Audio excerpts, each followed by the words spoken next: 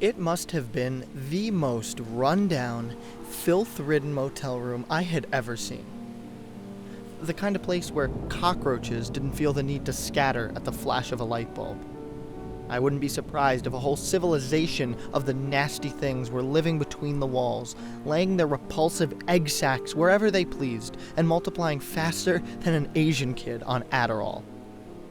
I was seated at the edge of the bed, shifting uncomfortably atop its warped mattress while trying to ignore the rank funk radiating from a pile of unwashed sheets bundled up in the corner. It was the type of room people did everything but sleep in.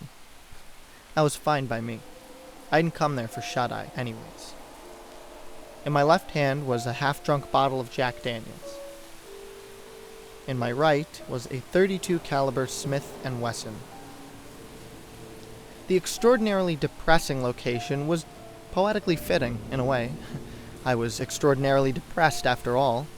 It was my wife who was the cause of my misery. She had broken my heart, leaving me with nothing but a vacant, grief-stricken soul, like a teenager who listens to Fall Out Boy and writes poetry on Tumblr. Ugh. For a while, suspicions of infidelity had loomed over our marriage, but I had always chalked up my conjectures as nothing more than paranoid delusions. They say denial is the best remedy for heartache. It wasn't until I stumbled across a series of implicitly sexual emails between her and the pastor of our church, a married man in his own right, that I was faced with the morbid reality of my wife's secret sexcapades. Pastor Alonso was a slick, fast-talking, cutthroat shark who dressed more like a U.S. senator than a man of the cloth. He pulled in a far bigger salary than one might expect a holy man to earn. A lot of people would be surprised to find out just how profitable the preaching business can be, especially when you head up the second biggest megachurch in California. Alonso had a taste for life's opulent luxuries and wasn't afraid to flaunt it. It wasn't uncommon for him to drive a Mercedes-Benz to church or show off his collection of Rolex watches during Sunday services. I guess that's why my wife gravitated towards him. She did always have a weak spot for material things. There was one thing that all the pastor's money couldn't buy him, though. Kids of his own. His wife, Darcy's on-again, off-again battle with the big C had thrown a monkey wrench into his plans to start a family.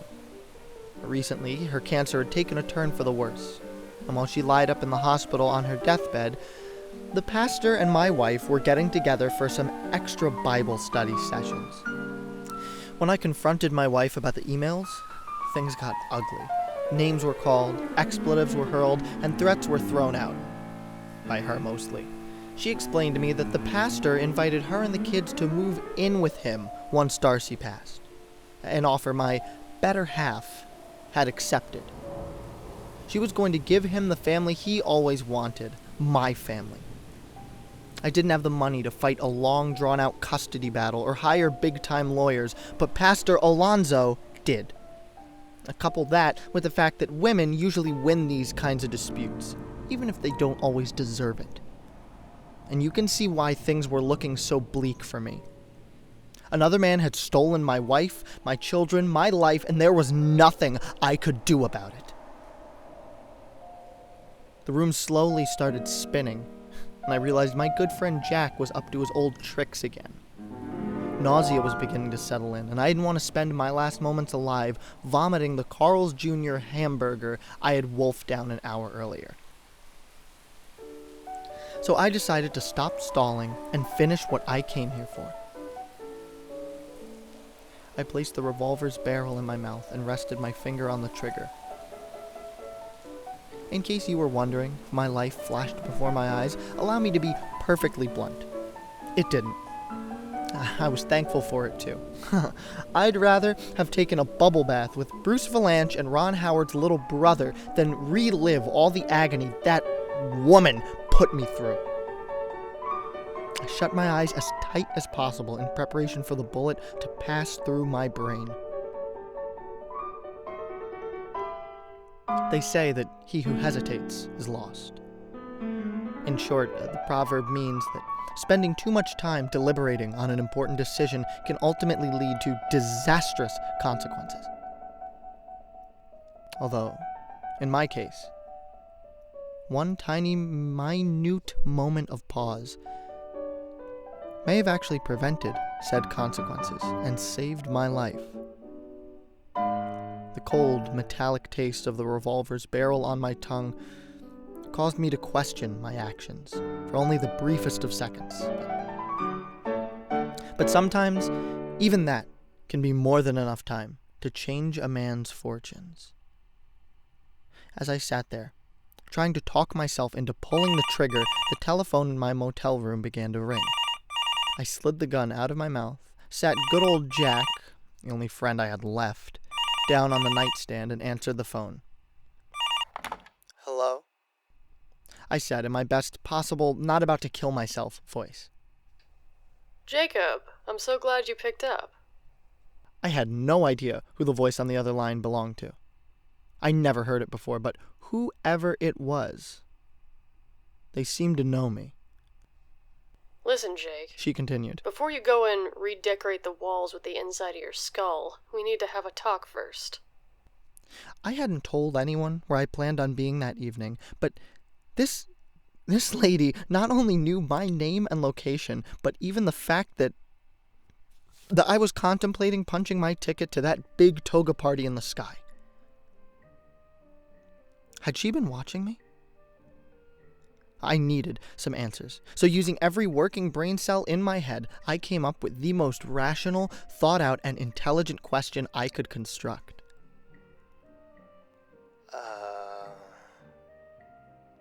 What? "I said we need to talk, Jacob. Now sit tight. I'm on my way over to your room right now." And with that, she hung up the phone. I stared blankly at the wall, completely dumbfounded, my mind still trying to process what happened. I wondered for a moment if I had just been the victim of a prank call.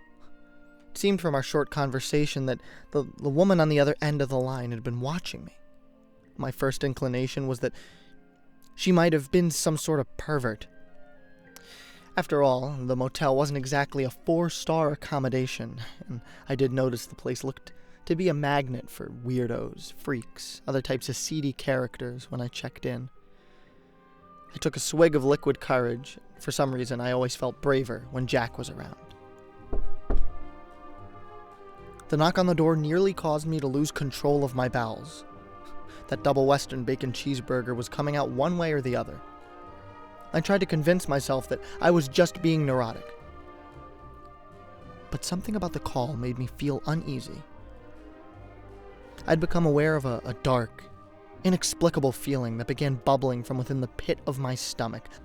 The moment the phone first rang, an awful combination of dread, fear, hate, and a myriad of other terrible emotions, all simmering together into some kind of unspeakable brew. "Who is it?" I called out. No one answered.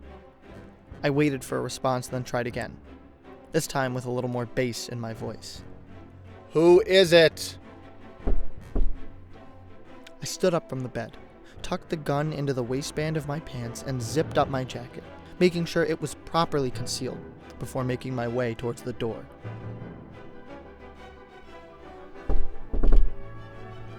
I said, "Who is it?"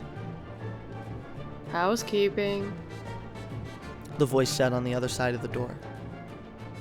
The voice on the other side of the door sounded like it belonged to an elderly Hispanic woman. "Oh. Oh. Please come back later. Thank you." "Housekeeping." I said, "Come back, please." "I clean now?" By this point, the woman was seriously trying my patience. Either she didn't speak English, or she was a complete moron. I come in? There's a sign on the doorknob. Can't you read? I swung open the door, ready to give the woman a piece of my mind. It says, "Do not There was no one in the hallway. I leaned my head out of the room to see if the irritating maid wasn't bothering some other poor sap, but the corridor was as empty and as barren as a Blockbuster video store. Convinced that I had officially lost my marbles, I retreated back inside, closed the door behind me. Not a second later, the knocking started up again. Housekeeping. "Go away!" I shouted at the top of my lungs. Where had she come from? Just moments earlier, I was alone in the halls. I changed towels. Listen, please just leave me alone, I begged. There's no way in hell I'm letting you in. It was getting harder and harder to ignore that strange, dark sensation that was still stewing inside my stomach. I said, go away! Once more, I opened the door, and once more, there was not a cleaning woman in sight. This time, however, I was not alone. Doubled over in laughter before me was a teenage girl, no older than 16. She was wearing a forest green hoodie and a matching flat-billed baseball cap tilted off to the side, a fashion choice that made her look spectacularly douchey. Her baggy jeans sagged halfway down her ass, exposing a pair of striped boxers and accenting her douchiness even further. A black bandana hung out of her back pocket, as if she was some kind of gangbanger. I found this to be particularly stupid, since she appeared to be the type of a suburban white kid whose mom drove her to soccer practice in a minivan. "Can I help you?" I said. I was about 10 seconds away from wringing the little twerp's neck. By the way she was convulsing in laughter, it was clear she was the mastermind behind my harassment. Man, she managed to squeeze out between breaths. You should have seen yourself. You look like you got caught with your dick in the family goat. What? The girl wiped a tear from her eye and took a deep exhale in an attempt to rein her laughter. Damn, did that go over your head? Sorry. Now that I think about it, the expression is a little before your time. It originated in Scotland in the mid-1700s. A lot of people owned goats back then, so I guess it used to be funnier. When you've been around as long as I have, it's hard to stay caught up with the latest lingo. What are all the kids saying these days, Jake? Is YOLO still a thing? You know what? Never mind. I came here to talk to you about something else. May I come in? No, you may not. I extended my arm across the doorframe to block the entrance of my room. Why don't you get the hell out of here, kid? I'm busy. Oh yes, I can see that. But I'll only take a minute of your time. The girl ducked under my arm, scrambling past me before I could stop her. Once inside, she paused for a moment, surveying the room, smiling snidely to herself. Jeez, Jake, this place is a dump. Why the blazes would you want to blow your brains out here? I personally would have chosen the Ritz-Carlton uptown if I'm gonna off myself. Oh, but not before ordering some of those delicious sweet potato truffle fries from the bar in the lobby. You've got about 3 seconds to get out of here, kid. I'm shaking in my boots. She giggled to herself before briefly continuing. Honestly, man, intimidation isn't your forte. I promise, I'll leave in a second, but as I said before, I wanted to have a little chat first. What do you want? To help you out. You can help me by getting out of my room. A bit snippy, aren't we? Jacob, I know you've had a rough day, but it doesn't have to end the way you think it does. So what if your wife hurt you? Buck up. There's a way to remedy the situation. It was then that I realized the darkness inside of me had never gone away. Instead, it had been flourishing, spreading from my core as it pervaded through the rest of my body. How did this kid know so much about me? For a second time that evening, I was so rattled, I could hardly spit out a sentence. "Who are you?" I said. She leaned in and cupped her ear like an old man whose hearing had waned over time. "Were you... What? Was I watching you? Is that what you were going to say? Learn to enunciate, man. Sorry to interrupt, but if I let you do all the talking, we're going to be here all night, and believe me when I tell you, I've got other places to be. Now then, why don't I answer your second question first? Yes, I was watching you, but not in the creepy staring at you through the window kind of way. You know, like Ryan Gosling in Drive. Did you ever see that movie? It's surprisingly good. And that Gosling, he's got chops, I tell you. The guy's so damn handsome, too. Some lucky bastards just hit the jackpot in the genetic lottery, am I right? This kid was giving me a bad vibe. I slid my hand into my jacket pocket and felt through the fabric for the handle of my revolver. All the while, as she continued to blabber senselessly about how the Mickey Mouse Club was the greatest thing to ever happen to the entertainment industry. I needed to somehow get control of the situation. Oh, shut the hell up, kid. You better give me some straight answers right now. Why were you watching me? The girl's smile quickly disappeared. She scanned me up and down, probing me with her eyes as if she were examining every inch of my body, a look of utter disgust on her face. It was bizarre. Her stare made me feel ashamed and violated. More questions, huh? First off, you should probably make sure the hammer isn't cocked on that little lemon squeezer of yours. You're gonna shoot your dick off, and then you'll probably have a reason to kill yourself. Somehow she knew about the gun I was hiding under my coat. I unzipped my jacket and pulled it out from my pants. She was right. I had left it cocked. I was watching you because I saw a doomed soul, a lost spirit, so to speak, who was about to let the bad guys win, and I just couldn't bring myself to allow you to do it. She moseyed over to the television, dragged her finger down the screen, leaving a spotless streak across the otherwise dust-covered glass. Take it from a guy who's been there before. I know exactly how you're feeling right now.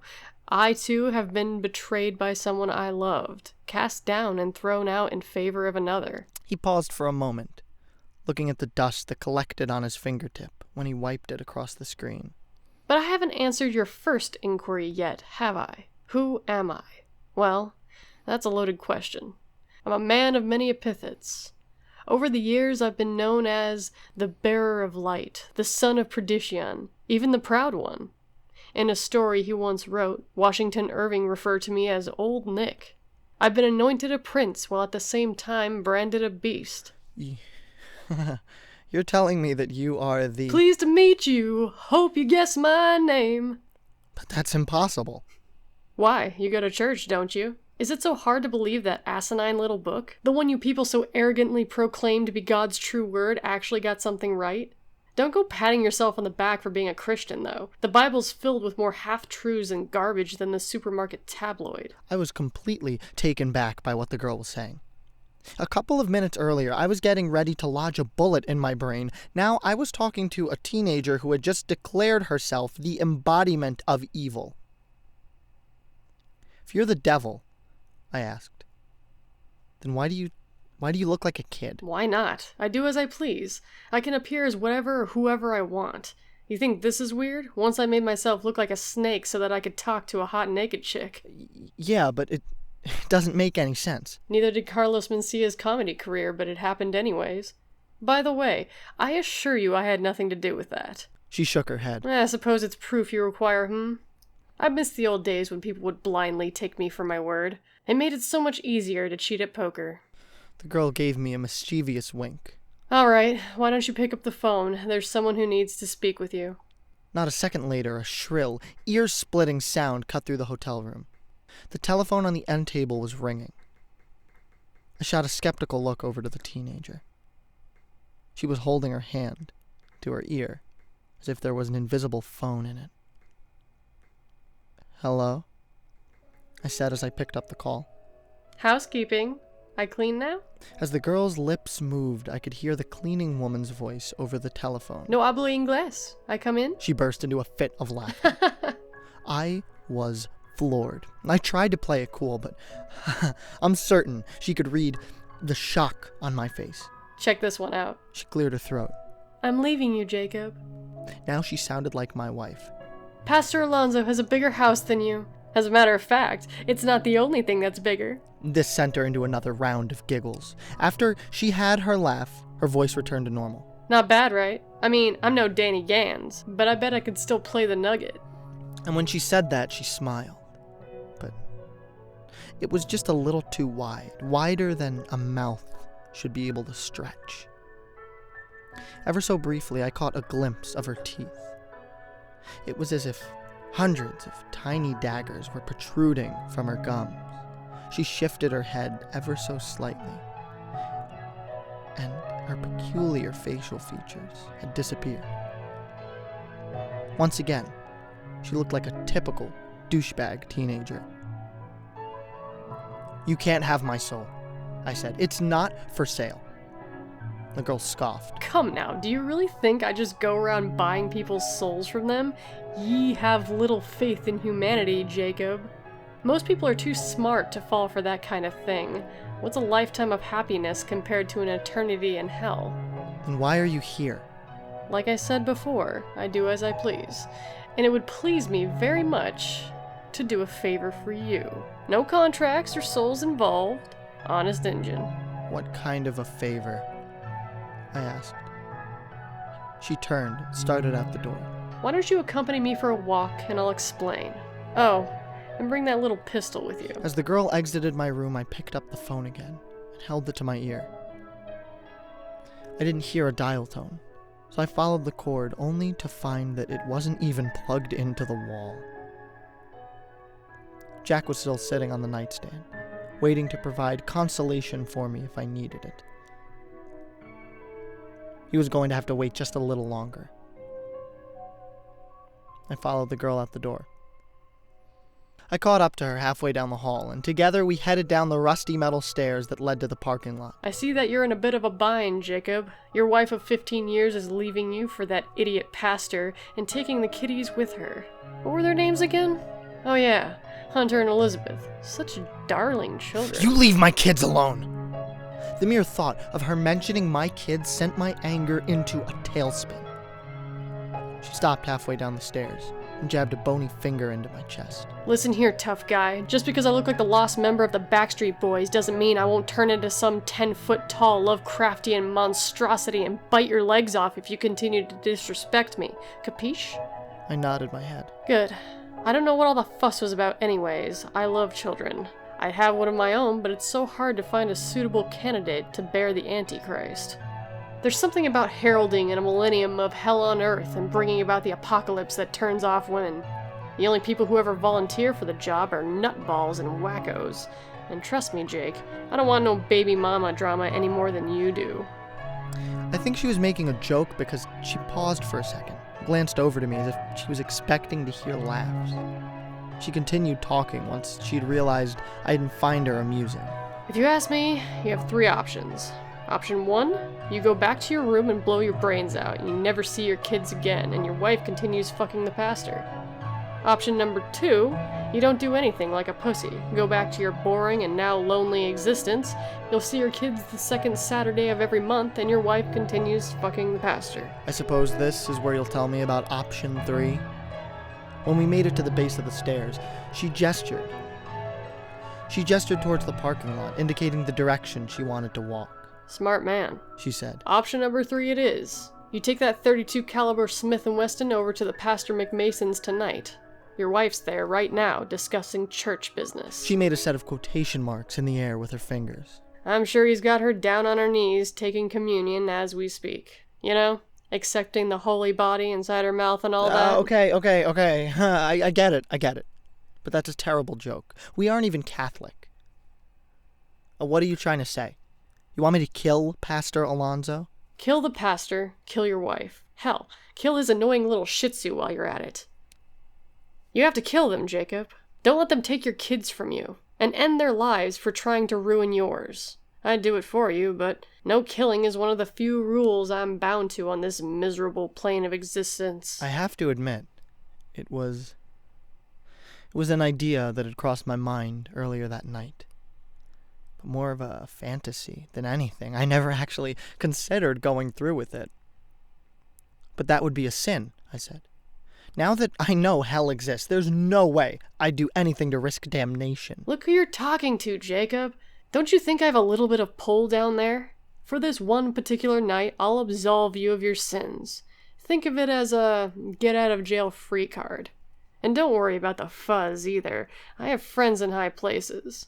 You won't even be considered a person of interest in a murder investigation. I couldn't believe I was even entertaining the idea. I had become so engrossed in what the miniature Kevin Federline was proposing that I didn't even realize he was leading us to my car until we were standing right in front of it.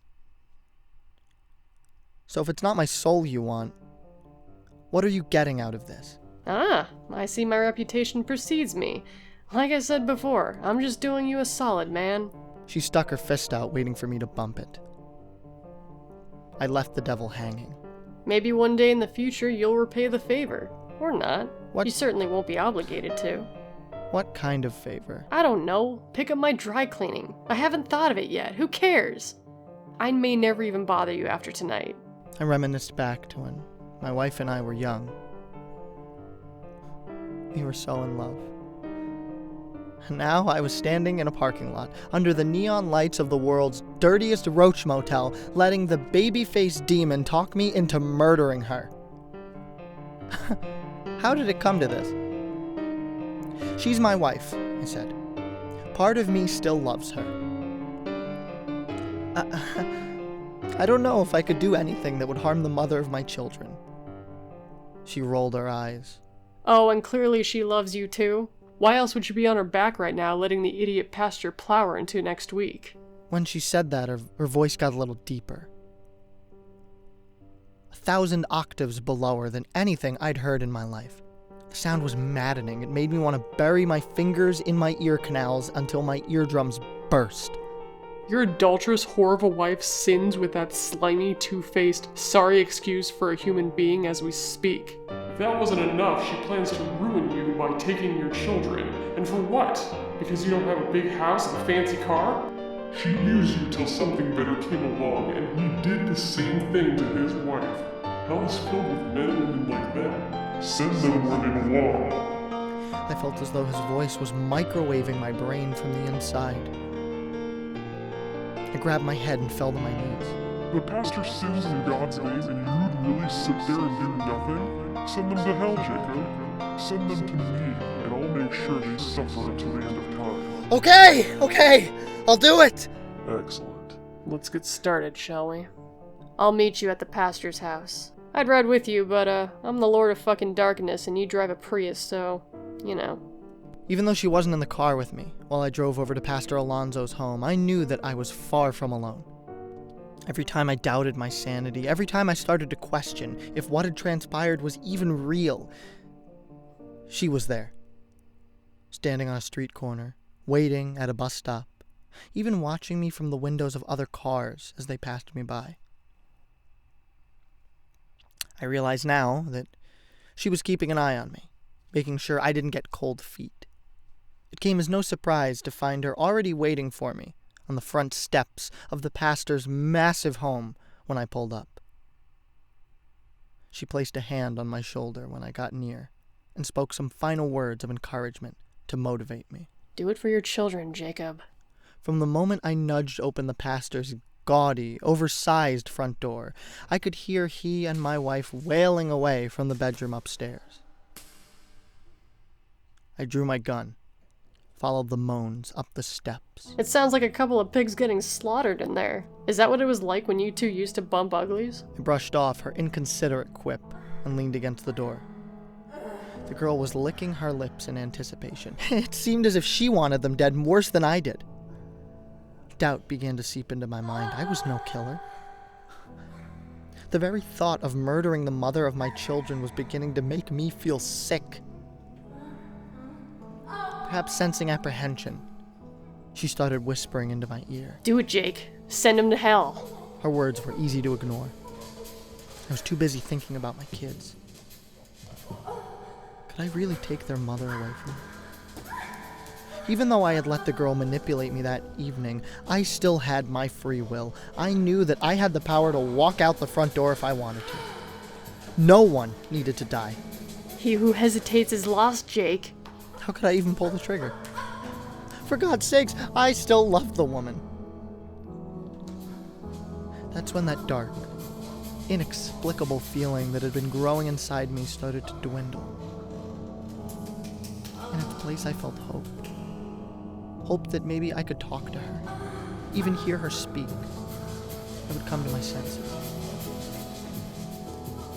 Then, almost on cue, her voice rang out, resonating through the air like a magnificent melody plucked from the fingers of a master harpist.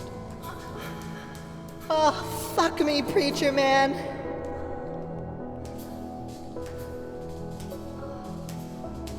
I kicked in the door. My gun had 6 bullets, but it only took me 3.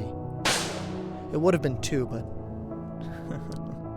I couldn't resist the opportunity to relieve the pastor of his holy scepter. It's strange how draining murder can be. All I did was point my gun and pull a trigger, yet my body felt like it had just ran a marathon. I knew you had it in you, Jacob, but holy hell, I didn't expect you to blast off his pecker, too. It wasn't her wisecrack that startled me. Her voice had changed. It was deeper than a teenager's now, more dignified, too. Perhaps most alarming, it was a voice I knew very well.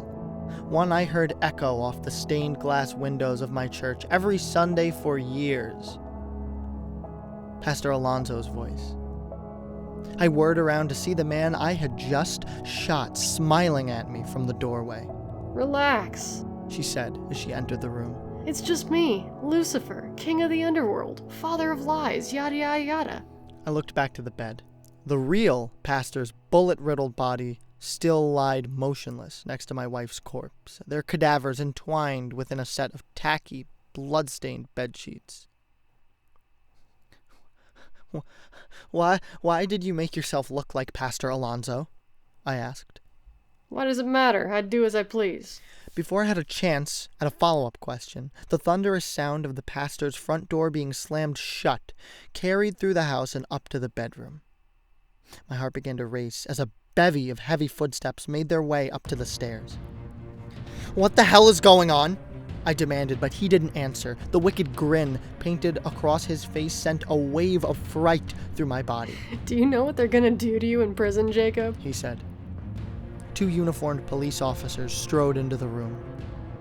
As the policemen made their way towards me, my panic began to intensify. All I could think about was wasting the rest of my life away in an orange jumpsuit and playing housewife at the behest of my cellmate, a tattooed skinhead named Knifeface. I still had 3 bullets left. And I knew there was only one way out of the situation. I raised the revolver to my temple as the cops marched toward me. I don't know if I really would have pulled the trigger if they attempted to arrest me. Thankfully, I didn't get the chance to find out because instead of drawing their guns on me, they brushed right by without saying a word. I watched in awe as they started wrapping the pastor and my wife's bodies in the soiled silk sheets. To my surprise, they appeared to be cleaning up my mess. You-know-who fell to the floor and began howling. Now you really look like you got caught with your dick in the family goat. She thrust a finger into my bewildered face. I'm just joshing you, Jake. These fine gentlemen are with me. Them too. She motioned over to the doorway.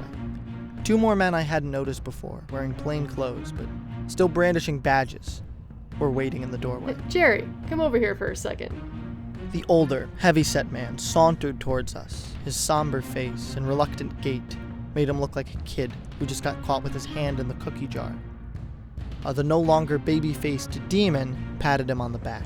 Do you know who this man is, Jacob? I shook my head. Jerry here is the head of the police department. That means he's very important. Pleased to meet you, I said. I really wasn't.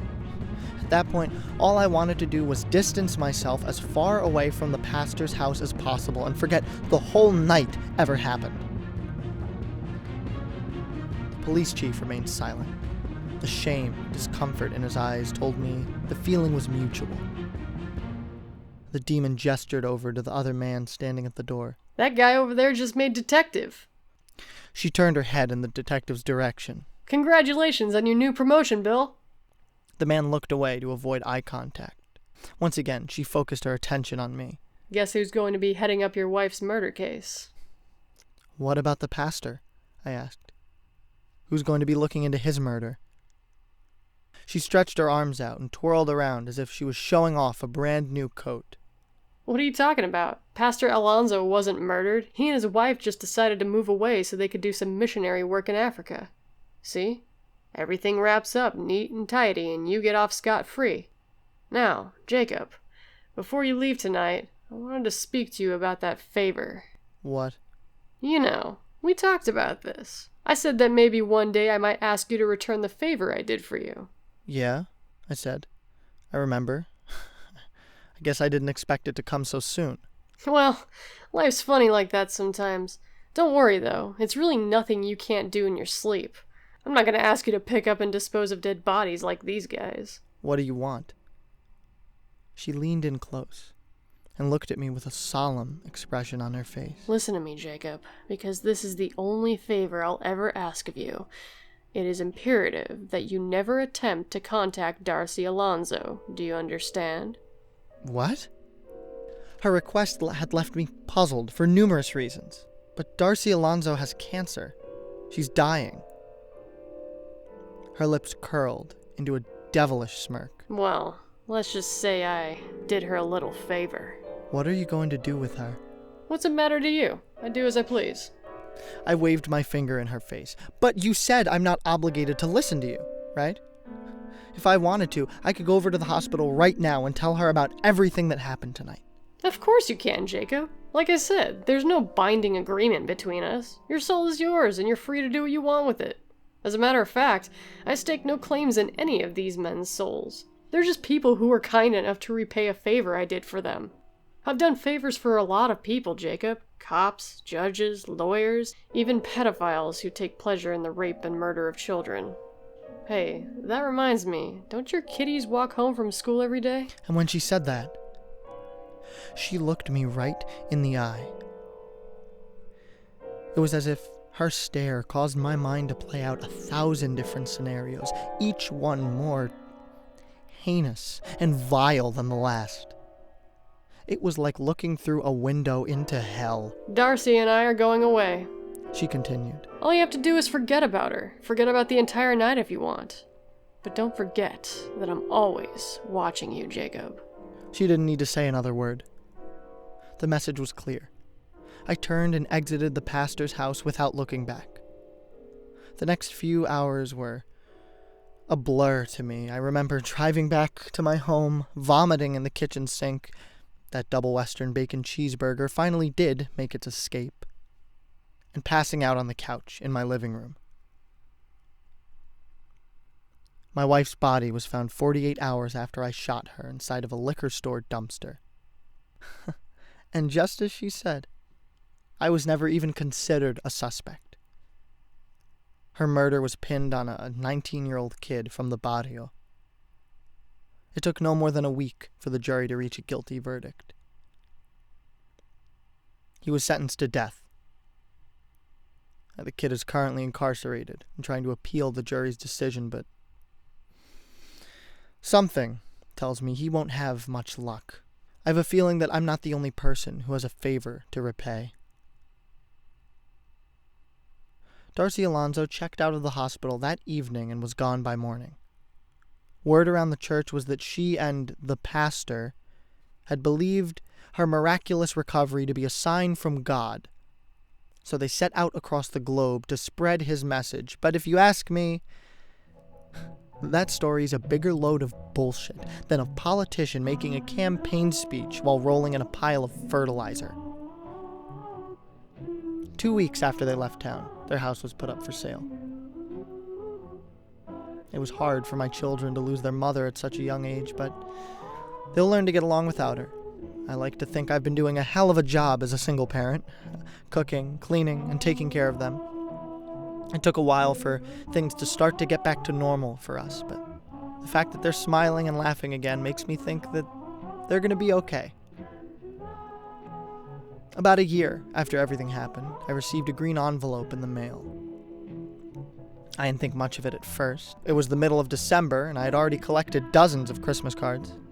It wasn't until I tore the envelope open and realized that that dark, inexplicable sensation had made its presence known once again in the pit of my stomach.